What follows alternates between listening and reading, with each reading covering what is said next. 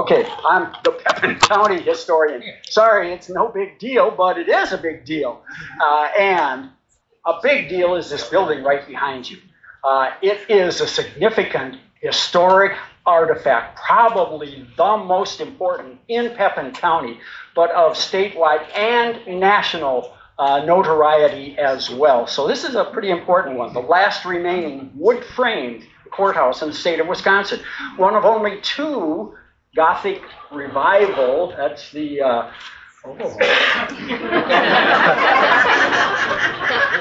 the Gothic revival, the other one is down in Iowa County. Anyway, it's the style. Now, again, impressing upon you, this is an important building, and this is an important year. 150 years ago, this building was built. I'm here today to tell you 150 years in 40 minutes or so. This history it's the history of the Old Pepin County Courthouse and Washington Square. This history is based on minutes of the Pepin County Board of Supervisors from 1858 to present, give or take, researched and compiled by Benjamin Clark, Charity Moore, Robert Bell, Julie Renholen, and myself, and on articles published by the Weekly Times, Pepin County Courier, Entering Wedge, and Courier Wedge. All Durand newspapers, researched and compiled by Julie Renholen and myself. You ready for this? You know how many millions of words have been written about this building? 40 minutes. Okay. The first 60 years, 1871 to 1930. Now, let me just give you a preface. The Wisconsin legislature created Pepin County in 1858 and designated the village of Pepin as the county seat. However, within 10 years' time, the county seat had been formally removed from Pepin to Durand as the county seat. And in 1871, Miles Durand Prindle, the founder and leading citizen of Durand, sought to secure the county seat.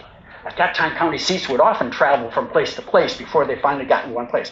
So he offered to sell to the county for $1 the entire city block known as Washington Square in the village center. He had two contingencies: that the county first must begin construction of a courthouse within 5 years, and two, must subsequently occupy that building as the county seat for 10 years. 2 years later, 1873, the county had approved a design and received cost estimates for building a new courthouse on Washington Square. 3 months later, Pepin County signed a contract with Joseph Gaisley and Martin Maxwell for construction of the new courthouse. The structure itself cost about $7,000 to build. However, additional costs for vault doors, lightning rods, stoves and pipes, fixtures, matting and carpet, furniture, and a privy likely pushed the overall cost to somewhere around $12,000.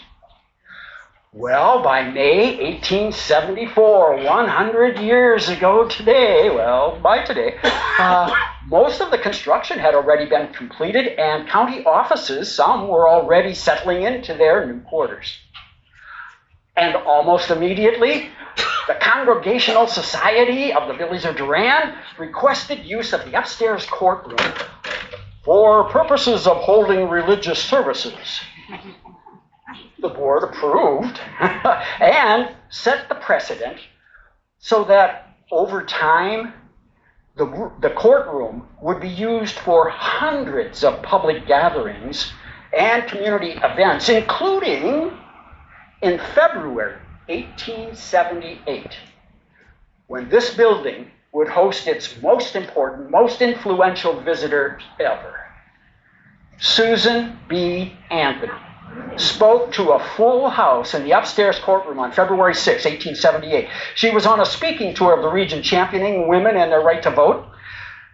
Word of her appearance arrived in Durand at least 2 weeks prior to the date when the Weekly Times,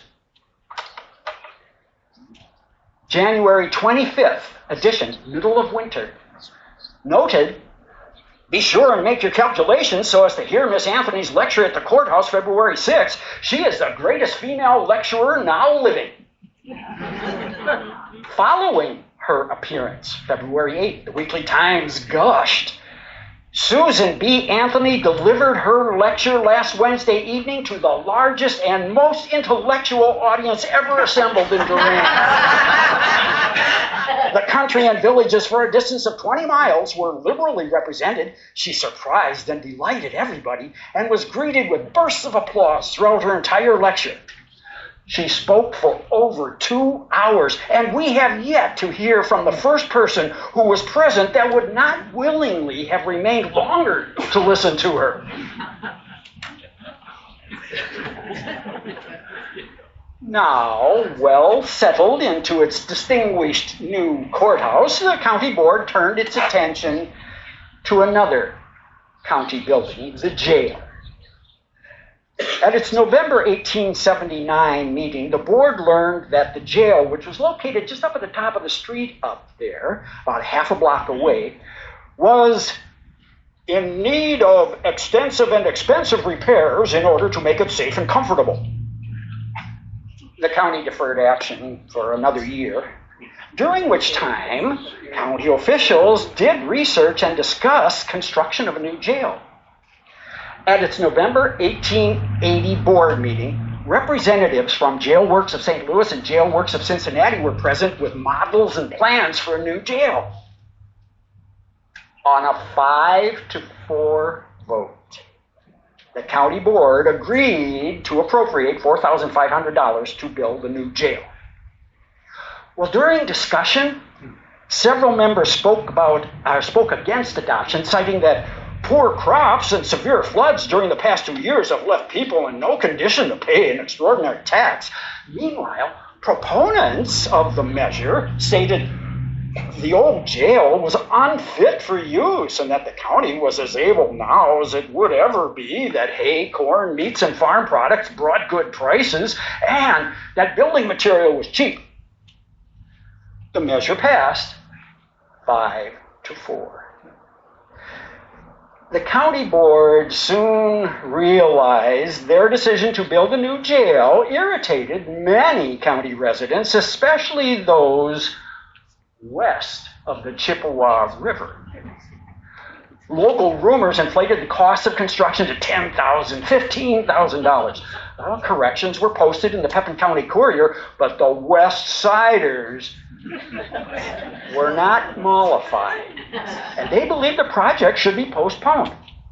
And within 2 months, that opposition had fomented into a formal petition asking for removal of the county seat from the village of Durand to the unincorporated village of Arkansas, located on the other side of the Chippewa River, 3 miles away.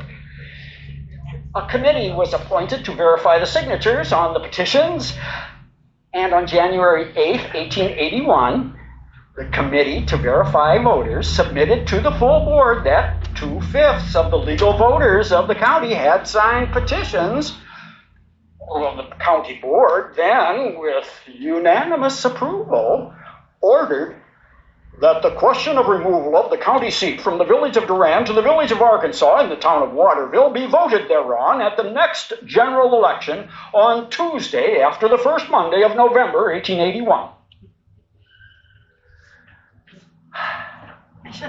The ensuing 10 months held the most troubling times in the history of Pepin County, the city of Durand, and this building.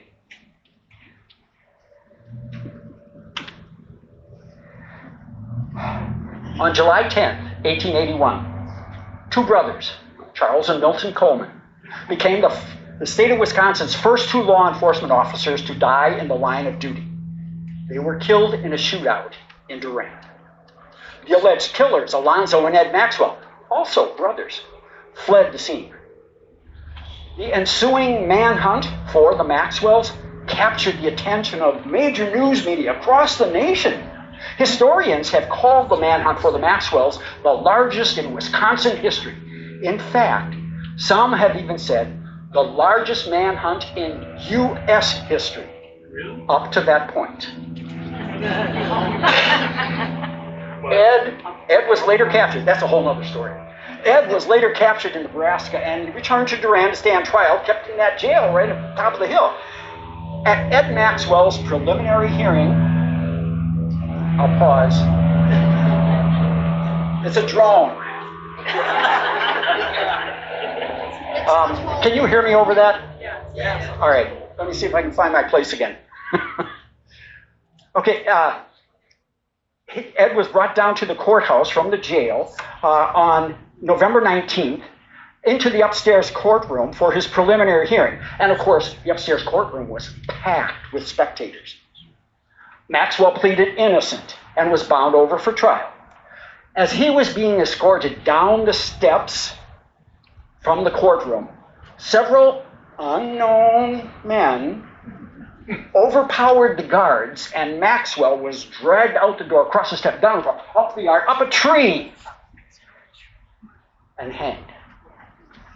This is the most notorious event to occur in this building's history and the history of Pepin County.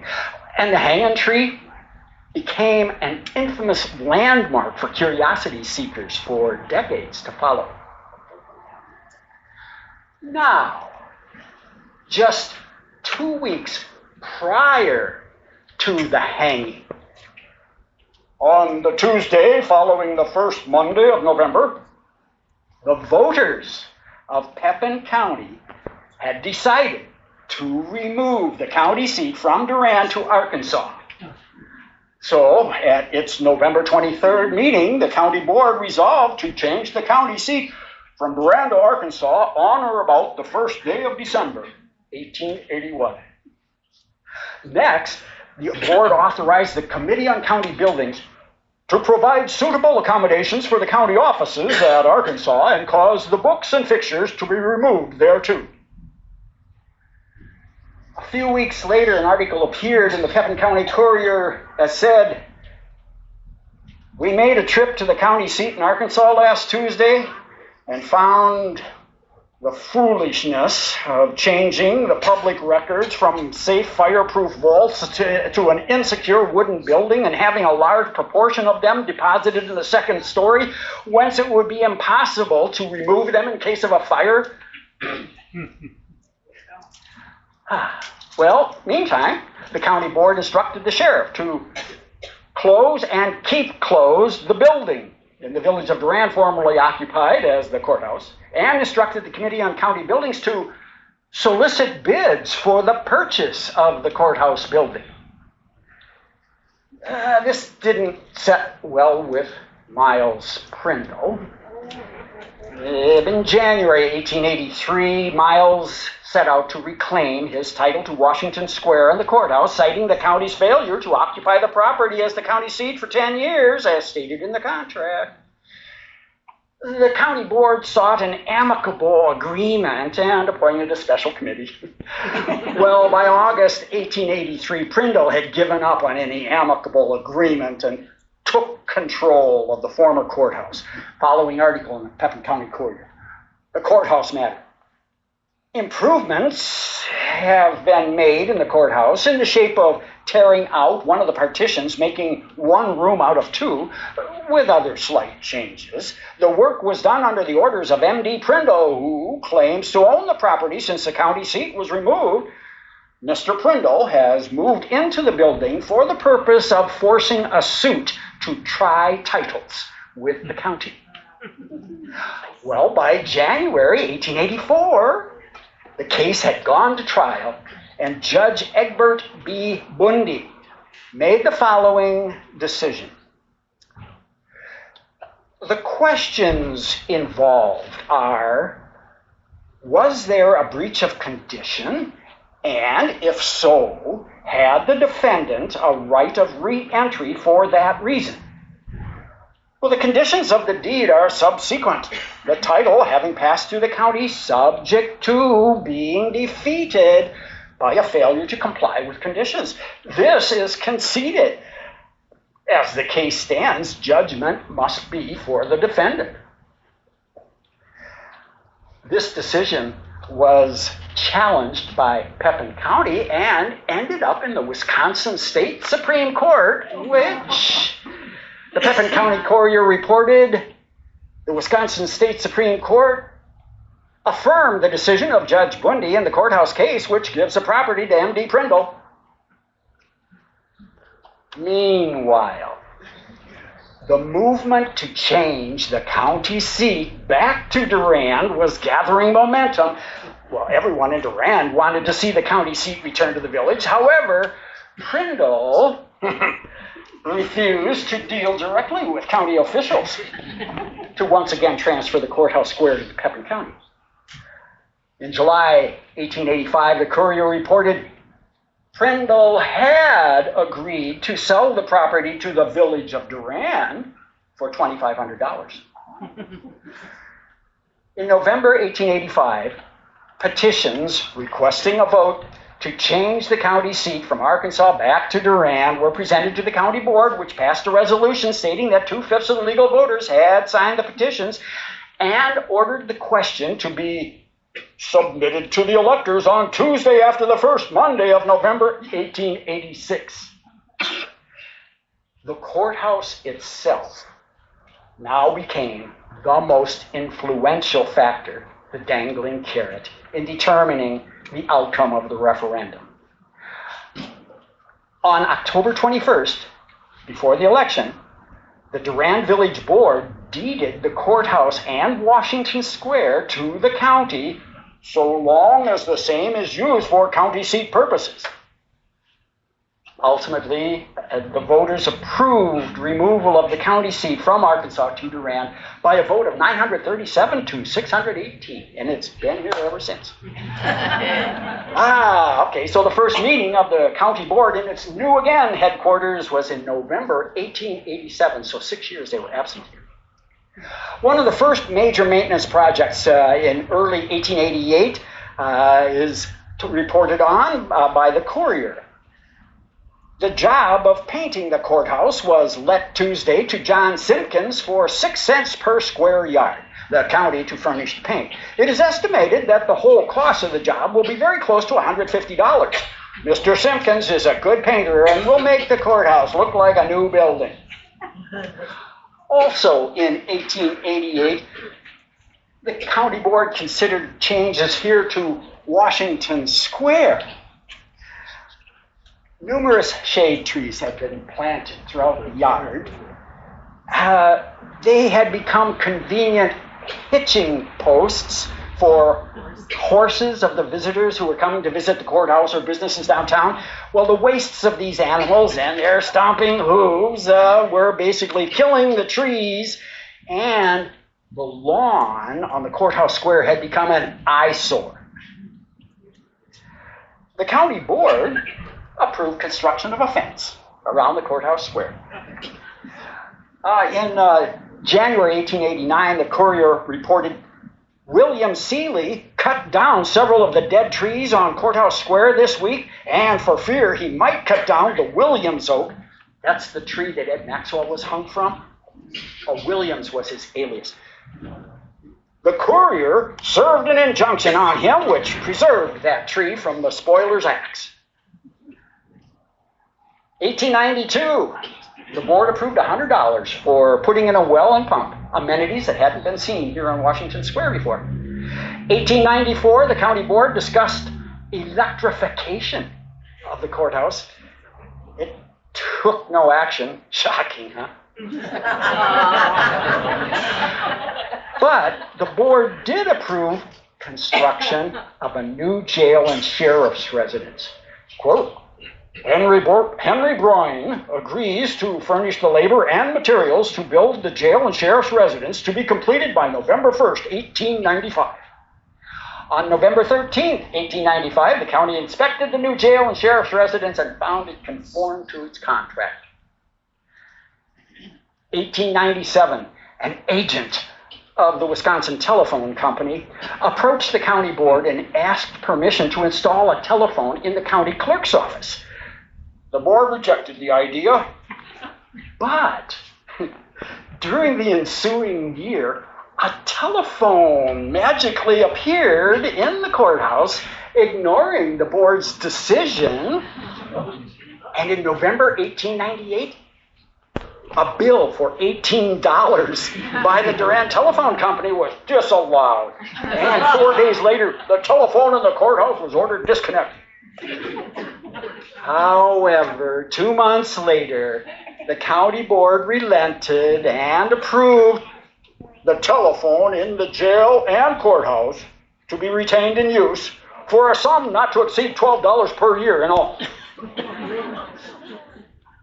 In November 1899, the board finally resolved to have electric lights put into the courthouse and the jail, not to exceed 20 lights and a 20-light meter. 1906, board authorized a contract for an artesian well to be drilled in the courthouse lot and make proper arrangements to connect pipes with such well for sufficient water supply for all purposes in the county courthouse and county jail. Now, the courthouse had originally been built with only a crawl space, or a partial basement at most, under it. And the county board in 1907 approved spending not to exceed $2,000 for building a suitable basement under the present courthouse building, for providing necessary and proper closets, lavatories, and plumbing, and also for installing a suitable steam heating plant for the courthouse building. A year later, the basement project had been completed, and the board also approved a water closet in the basement. I thought that's what a lavatory was, but I think the lavatory he mentioned was actually just the sink.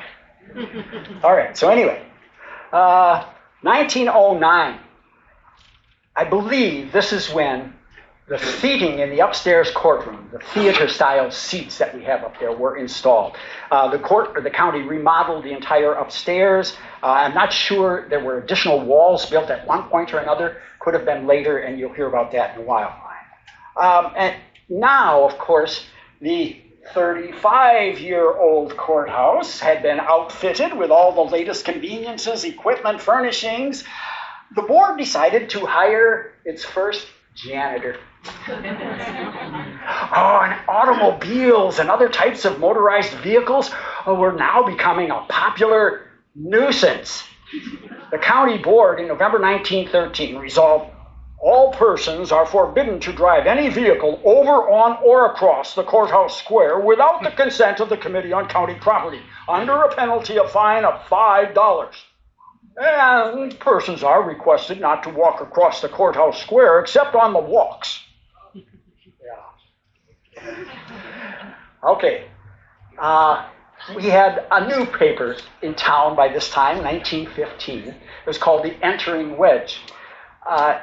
It's an interesting newspaper, but in March of 1915, it had a really long article that was entitled, "Durand Years Ago and As It Is Today," 1915. This is an affectionate glimpse of this building from that article. The old courthouse and public square have an old-time look, though there have been considerable improvements here. The filling in of the lower or west end of the square, where a fine lawn now greets the eye with shade trees set out, instead of the low, swampy appearance of yore. The building of a new county jail on the south side of the courthouse. But the old stately oaks are still there in all their grandeur.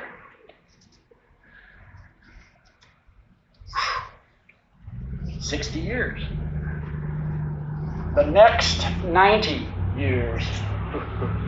Okay, I have to admit that we have probably the greatest threat, the most serious threat to this building occurred in October 1931 when a defective chimney flue caused a fire in the attic of the building. Following account appeared in the Courier Wedge. Courthouse damaged by fire. Blaze Monday forenoon caused considerable commotion. Offices flooded with water.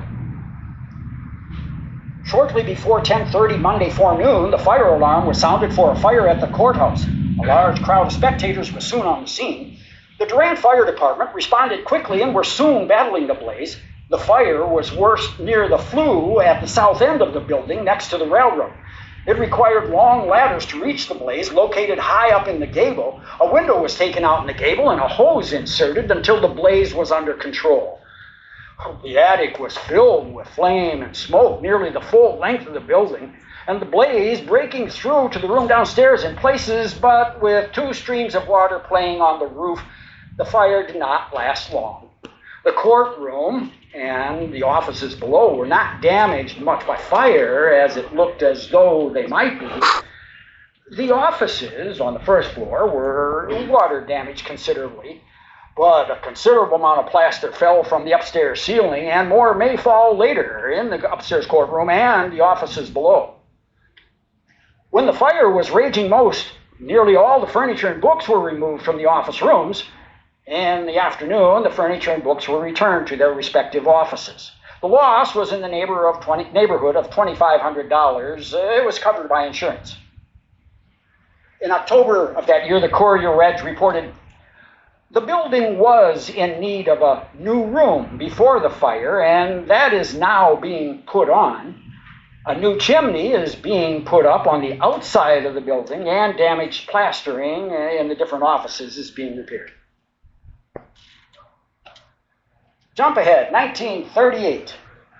County government had grown and needed more room. Space limitations were serious enough that 5 years later, November 1943, the Board of Supervisors finally established a special fund of $15,000 to be used for the construction of a new courthouse. But World War II put a hold on everything. So, April 1946, the board appropriated $4,000 from the county building fund to contract with a reliable architect to obtain plans and specifications for a new county courthouse. The board also added another $5,000 to the building fund. The new courthouse building project still remained under discussion for another 10 years. So by 1957, the county courthouse was well beyond its ability to house staff, equipment, files, and all that, and some county departments and offices rented space in nearby downtown buildings. Well, by April of that year, the courthouse building fund had grown to nearly $70,000, and the county board began to get serious about a new facility. However, the board no longer wanted to consider a completely new structure and began to shift toward building an addition or annex to the existing courthouse. In November 1957, the board instructed the property committee to obtain information regarding a new annex that would cost not more than $115,000, and to obtain a sketch and elevations for an annex of 4 good-sized rooms and 2 smaller rooms. 2 months later, representatives from E.F. Klinger and Associates spoke to the board in regard to plans on the new annex or addition to the courthouse. The present plan has 6,139 square feet. The cost would run between $12 and $18 per square foot, plus 6% architect fees. The plan is for a 1-story building built so in the future a 2nd story could be added. 9 contractors entered bids, and in July 1959, the board accepted the low bid of Walker Construction Company of Eau Claire at a total of $102,000. One unfortunate casualty of this project was Ed Maxwell's hanging tree. It was located just over on the other side, had to be removed for construction of the annex. 1962, a busy year. A parking lot was constructed adjacent to Wells Street behind the annex and courthouse and jail. New flooring, that good vinyl flooring, was installed in the main hallway of the old courthouse, still there. The board authorized better lighting in the upstairs courtroom. They opted for long banks of fluorescent tubes, which were vogue at the time, and the purchase of new storm windows for the old courthouse. And they also converted the old coal steam boiler to oil. 1966, well, by this time plaster on the walls and ceilings had again deteriorated to a point where the board approved a $650 bid to install paneling and suspended ceilings and for repairing some of the plaster and repainting. November 1967, the board authorized the task of having necessary rewiring in the old courthouse. Now, one of the old courthouse's most distinctive architectural features, when you go out, look up, the cupola, way up on the top, had never been specifically mentioned in any of the previous board minutes, but in November of 1968, repairs were needed to the cupola's roof, and that was brought to the board's attention. Painting of the exterior of the old courthouse was done in 1974. For several years to that point, the sheriff had been petitioning the board for additional space, and in 1975, he got his wish. A 24 by 30 foot addition with a full basement to be attached to the existing sheriff's residence and jail at a cost of $15,000. The board that year also approved installation of the new metal siding, additional attic insulation, and new roofing for the entire old courthouse, plus expansion and paving of the courthouse parking lot. A brief article appeared in the Courier Wedge. Exterior siding is being applied to Pepin County Courthouse. Character of building is being retained. Bees, which infested tall columns at the front, were exterminated. The structure was insulated before white metal siding was applied. New doors were added at the front, and louvers in the tower will be retained. Combination windows will be used throughout. These modern improvements did not retain the historical character or integrity of this building. Now, some character was saved, specifically the lap of the new metal siding was the same lap as the clapboard siding that's hidden underneath. And the lunette window in the gable, if you take a look up there, that was retained. And then the segmental arch windows above the front and the rear door, those were also retained as architectural features. The historical integrity of the building had really already been compromised inside with installation of suspended ceilings, vinyl flooring, wall-to-wall carpeting, wood paneling on the walls on the main floor, and fluorescent tube lighting fixtures throughout the entire structure. Oh, and in 1976, outdoor carpet was applied to the front porch and the back stoop. 1977, the board hired an engineer, and they prepared plans and installed a new heating and cooling system for the annex and courthouse at a cost of $54,000. The old courthouse was now more than a century old, and many people had become aware of the historical significance of this building, the jail, and Washington Square. In 1981, County Clerk Jim Brasina led the effort to nominate the courthouse and the jail to the National Register of Historic Places.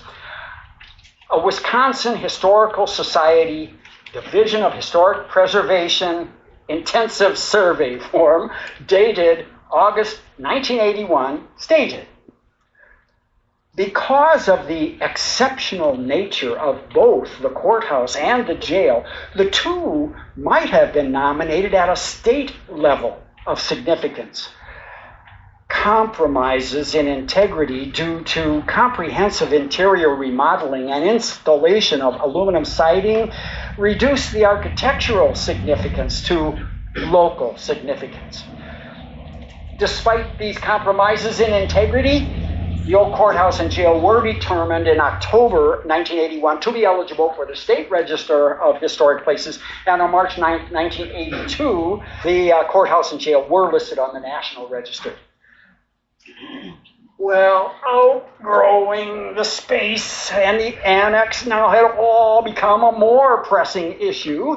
The Human Services Department was housed across the street, kitty corner in that whole building, and the Child Support Offices was in a separate downtown building. And the Public Health Department was located 3 blocks from Washington Square in a remodeled 2-car garage. Preliminary plans for a 10,000 square foot addition to the courthouse annex were drawn up and presented to the county board in early 1982. However, discussion was quickly diverted to the question of what was the county going to do with the now vacant old hospital building? The use or disposal of the old hospital was basically up to the county, which owned 70%. The other 30% was owned by the city of Durant. At its February 1982 meeting, the county board took its first small step toward moving county government from Washington Square by appointing a study committee. 9 months later, the county contacted architects about the potential rehabilitation of the hospital building for use by the county. A month later, an architect had examined the floor plans of the existing hospital building and concluded that the county could make use of the building. In January 1983, the Space and Growth Committee recommended the idea of moving all or part or all of the county operations to the old hospital building. Now, the sheriff had taken the initiative to inspect the former hospital property with the Division of Corrections and concluded that it had good potential for remodeling and renovation into a jail as well. The county board representatives met with the Durand City Council then to discuss the city's 30% ownership. Now, the possibility of selling the courthouse annex was brought to the board's attention. But first, the county would have to resolve with the city to waive its rights to Washington Square, written into the deed in 1886, which stated the property would revert back to the city at that point when the county ceased operations here. The county now sought clear title. In March 1983, Durand Federal Savings and Loan submitted an offer to purchase the annex and the adjacent parking lot southeast of the annex. The sale of the annex was formally approved in June 1983, and a certified survey map was drawn up of Washington Square. It had never been divided up before. Now we have Lot 1, the entire front lawn, Lot 2, the annex, Lot 3, the old courthouse, and Lot 4, the sheriff's residence, jail, and offices. The city granted a waiver of its reversionary clause in October of 1983. June 1984, an ad was placed in the local shopper by the county and in the newspaper to determine if there were any parties interested in utilizing the old courthouse building and being responsible for maintenance. 2 groups responded. One, an unnamed religious group, expressed an interest in purchasing the building for minimal cost. The other was the recently organized Pepin County Historical Society, PCHS, which advised the county board at county board's August 1984 meeting that PCHS would like to lease the building and the jail to use as a museum. PCHS proposed a 10-year renewable lease, asked the county to establish a $2,000 per year escrow account for maintenance and repairs. The county approved leasing the old courthouse to PCHS for a period of 10 years with the option of a 10-year renewal for the sum of $10 and established an escrow, that was the key, of $2,000 annually for repair of the building when needed. November 1984, the county formally offered lots 1, 3, and 4 to the city of Durand for $1, and the historical buildings would be in their hands to do with as they chose.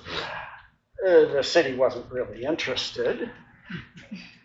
April 1985, the county board authorized an open listing to all real estate brokers for Lot 4, the sheriff's residence, office, and jail.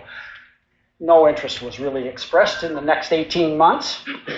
Meanwhile, Pepin County Historical Society struggled a little bit to pay utility bills for the old courthouse, heating, during the first 2 years operating this new museum, and they sought additional assistance from the county.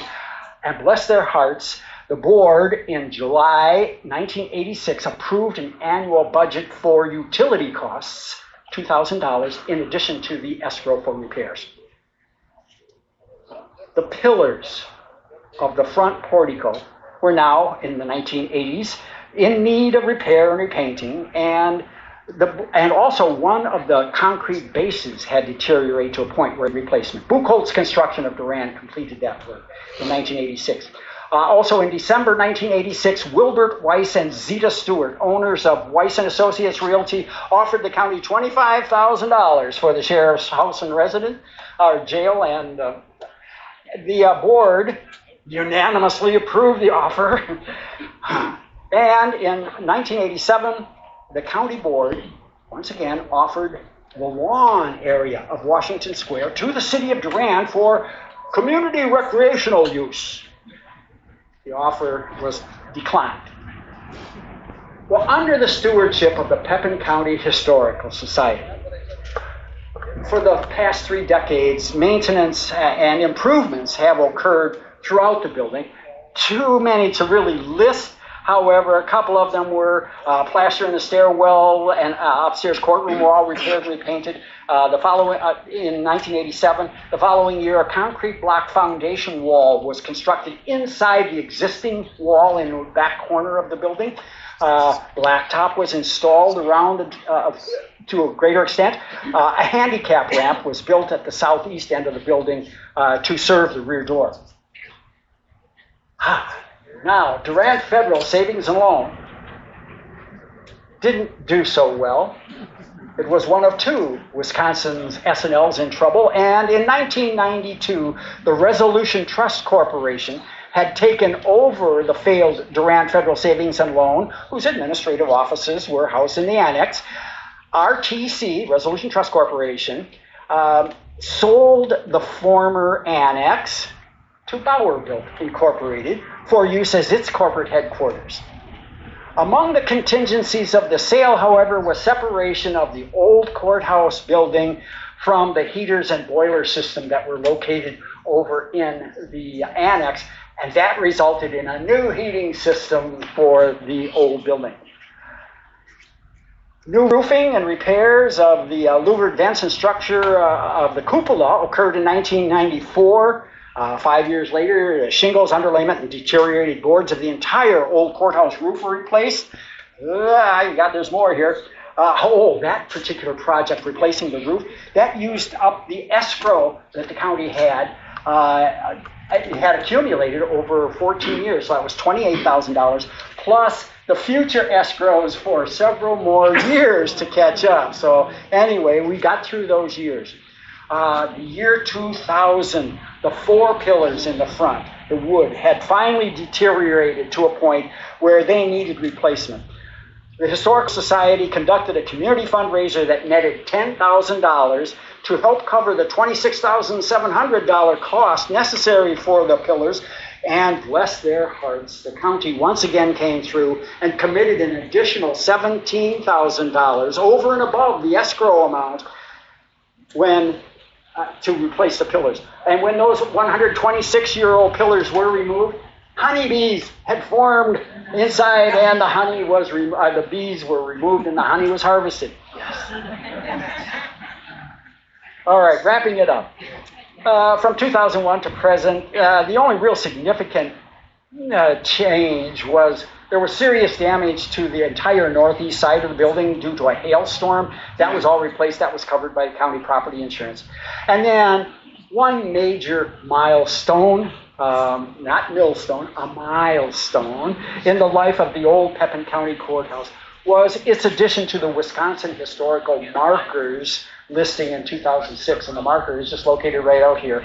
That was installed in September of that year. One other, I want to call your attention specifically to the old courtroom upstairs. It is the most pristine, looking back to 1874. No, it's not anywhere near. That whole ceiling was replaced after the 1931 fire, so it's not as pristine. And additions were put in. You heard the one story about a wall or an additional room. That wall upstairs in the courtroom was added later. So it has its historical integrity issues, but that courtroom is really the premier, along with the jail. But in 2014, we replaced those long banks of fluorescent tubes up there and put in schoolhouse globes hanging, which is more consistent with the heyday of this building, which would have been about 100 years ago. And with that, that concludes my formal remarks.